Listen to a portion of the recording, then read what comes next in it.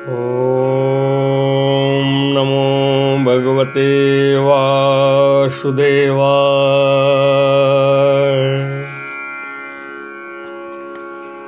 भक्तों, आगे की कथा में हम आपको भक्त ध्रुव की उत्पत्ति और तपस्या का वर्णन सुनाने जा रहे हैं। मैत्रेय जी ने कहा, हे विदुर, अब मैं स्वयंभू मनु के पुत्रों का वर्णन सुनाता हूँ। शत्रुपा को स्वयंभू मनु से प्रियवत और उत्तानपाद नामक 2 पुत्र हुए। राजा उत्तानपाद के 2 पत्नियां थीं। उन 2 में से महाराज सुरुचि को अधिक प्यार करते थे। भगवत कृपा से सुनीति को ध्रुव और सुरुचि के गर्भ से उत्तम नामक पुत्र उत्पन्न हुए। एक बार राजा सुरुचि के पुत्र को गोद में बैठाकर प्यार कर रहे थे। उसी वक्त प्रेम प्यासा ध्रुव भी अपने पिता की गोद में बैठने को उद्यत हुआ। अपनी सौत के पुत्र ध्रुव को पिता की गोद में चढ़ते देख सुरुचि ईर्ष्या करती हुई बोली, हे वत्स, तुम पिता के गोद में प्यार पाने योग्य नहीं हो। यह कहते हुए सुरुचि ने एक झटके से ध्रुव को पिता से अलग कर दिया। ध्रुव ने रोते हुए अपनी मां सुनीति के पास जाकर सभी बातें कह सुनाई। तब वह ध्रुव से बोली, बेटा, तेरी सौतेली मां ने सत्य ही कहा है कि तुम अपने पिता के गोद में बैठने योग्य नहीं हो। यदि तुम्हें गोद में ही बैठना है तो तपस्या करके परमपिता परमेश्वर के गोद में बैठ जाओ। पुत्र संसार के सुख स्वप्न के समान मिथ्या है और एकमात्र परमात्मा का भजन ही सत्य है। मां से इस प्रकार का ज्ञान प्राप्त कर ध्रुव मधुवन जाकर ओम वासुदेवाय नमः का जाप करते हुए तपस्या में लीन हो गया। श्री सुखदेव जी ने कहा, हे परीक्षित, मैत्रेय जी ने ज्ञानोपदेश करते हुए विदुर से कहने लगे, विदुर, ध्रुव के घोर तपस्या पर प्रसन्न होकर भगवान विष्णु वहां आए और उन्हें अपनी गोद में बिठाकर बहुत प्यार किया। तत्पश्चात भगवान बोले, हे ध्रुव जी, जो आज तक किसी को न मिला वह मंगल पद तुम्हें देता हूं। 36,000 वर्ष पृथ्वी पर राज्य करने के बाद तुम सर्व पूज्य बनकर ध्रुव लोक में अनंत राज्य करोगे। इसके बाद ध्रुव को आत्मज्ञान और महान शक्ति प्राप्त हुई तथा वह अपने माता पिता के पास लौट आया। घर लौटने पर ध्रुव को पिता ने हृदय से लगा लिया। कुछ समय के बाद ध्रुव को विवाह योग्य जानकर महाराज उत्तानपाद ने उसकी शादी भ्रमी और ईला नाम की कन्या से कर दी। भ्रमी ने कल्प और वत्सल तथा ईला ने उत्कल नामक पुत्र और एक पुत्री को पैदा किया।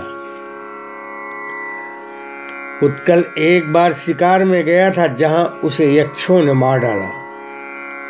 इससे क्रुद्ध होकर ध्रुव ने यक्षों की अलकापुरी को घेर कर भयानक आक्रमण कर दिया। उस आक्रमण में सहस्त्रों यक्ष मारे गए। क्रोधित ध्रुव ने यक्षों का वंशज ही नारायणास्त्र का प्रयोग कर मिटाना चाहा, किंतु पिता के द्वारा ज्ञानोपदेश पाने पर उन्होंने युद्ध बंद कर दिया और भगवान की उपासना में लग गए। मैत्रेय जी ने कहा, हे विदुर, 36,000 वर्ष भगवान की भक्ति और प्रजा का सुख पूर्वक पालन करने के पश्चात भक्त ध्रुव बद्रिकाश्रम चले गए और वहां हरि भजन करने लगे। एक दिन आकाश से एक विमान उतरा उसमें विष्णु के ही समान 2 पार्षद बैठे थे, जिन्होंने ध्रुव से विष्णु लोक चलने का निवेदन किया। जब प्रसन्नचित हो ध्रुव विमान पर चढ़ने लगे तो आकाश से देवताओं ने पुष्प वर्षा की। उसी वक्त ध्रुव ने देखा कि उसकी मां भी विमान पर सवार हो स्वर्ग की ओर जा रही है। उन्हें देखते ही पीछे से भक्त ध्रुव भी वैकुंठ लोक पहुंचे, जहां उन्हें उत्तर दिशा में अचल स्थान मिला। वह आनंद पूर्वक वहां निवास करते थे। वहां निवास करते हैं, जहां सप्तऋषि मंडल सदैव उनकी परिक्रमा करते रहते हैं। वह लोग आज के युग में ध्रुव तारा लोक को कहते हैं, जो आकाश में सबसे बड़ा तारा रूप में उत्तर दिशा में दिखाई पड़ता है। मैत्रेय जी ने कहा, हे विदुर, ध्रुव के वंश में कई पीढ़ियों के बाद वेन नामक राजा हुआ, जो महान अत्याचारी था। अतः ऋषियों ने उसे शाप दे दिया, जिससे उसकी मृत्यु हो गई। राज्य में कोई राजा न रहने के कारण भारी अराजकता फैल गई। रानी सुनीता ने अपने पति राजा वेन का शव सुरक्षित रखा था। जिस शव को ऋषियों ने मला, उससे विष्णु का अंशावतार पुत्र पैदा हुआ। वह दबी नाक, लाल आंखों वाला काला बौना आदमी निकला, जिससे समस्त अराजकता फैलाने वाले दुष्टों का संहार किया। मैत्रेय जी ने कहा, हे विदुर, एक बार वेन के शव को ऋषि मुनियों ने मला।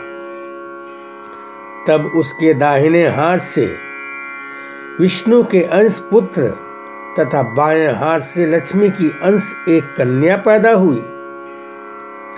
ऋषियों ने रानी सुनीता से कहा, यह बालक परमात्मा का अंश है, अतः इसका नाम पृथु होगा। युवावस्था होने पर शुभ मुहूर्त में पृथु का राज्याभिषेक किया गया। उस अवसर पर देवताओं ने उन्हें अनेक प्रकार के उपहार दिए। कुबेर ने स्वर्ण सिंहासन, वरुण ने छत्र, वायु ने चंवर, इंद्र ने मुकुट, यम ने दंड, ब्रह्मा ने कवच, शंकर ने तलवार, लक्ष्मी ने हार समर्पित किए। राजा पृथु तब सुखपूर्वक प्रजाओं का पालन करने लगे। मैत्रेय जी ने विदुर से पूछा, हे महात्मन, पृथ्वी ने गौ का रूप क्यों धारण किया, और पृथ्वी ने उनको दूहा तब बछड़ा कौन हुआ, और दूहने का पात्र क्या था? ऊंची नीची पृथ्वी को पृथ्वी ने बराबर कैसे किया? ऊंची नीची पृथ्वी को पृथु ने बराबर कैसे किया? तथा राजा के घोड़े को इंद्र किस प्रकार चुरा कर ले गया? ये सभी कथाएं विस्तार से सुनाएं। मैत्रेय जी बोले, एक बार भयंकर अकाल से प्रजा व्याकुल हो उठा। तब पृथ्वी ने सोचा कि पृथ्वी ने अन्न को अपने गर्भ में छिपा लिया है, अतः उन्होंने धनुष पर बाण चढ़ा लिया। पृथु को क्रोधित देख पृथ्वी कांपने लगी तथा गाय बनकर भागने लगी। पृथु उसके पीछे दौड़े। तब गाय बनी पृथ्वी बोली, हे राजन, मुझे मत मारो। मेरे मरने के बाद तुम्हारी ये प्रिय प्रजा कहाँ रहेगी? अतः मेरे ऊपर दया करो। पृथु ने कहा, हे पृथ्वी, तू यज्ञ भाग ग्रहण करती है, फिर अन्न क्यों नहीं उपजाती? तूने अन्न उदर में छिपा लिया है, अतः क्षुधा पीड़ित प्रजा को तुझे मारकर तेरे मांस से शांत करूंगा, क्योंकि मैं प्रजा को दुखी नहीं देख सकता। पृथ्वी बोली, हे प्रभु, आप क्रोध शांत करो और मेरी विनय सुनो। राजन, पूर्व ब्रह्मा जी ने जो औषधियां रची थीं, उनको वेग आदि कुकर्मी राजाओं को भोगते देखा तो मैं यज्ञ के अर्थ से उन औषधियों को निगल गया। सो निश्चय है कि अब सब औषधियां मेरे शरीर में पच गई हैं। सो महात्माओं के उपाय से और अपने योग बल से आप ले लेने योग्य हो। आप पहले मुझे समतल बनाओ, फिर मुझे दूहने का प्रयत्न करो। यह सुन राजा ने धनुष बाण नीचे रख दिया। तब पहले मनु बछड़ा बने। उन्होंने पृथ्वी रूपी गाय से औषधियां दूही। फिर देवताओं ने इंद्र को बछड़ा बनाकर सोने के बर्तन में अमृत रूपी दूध दूहा।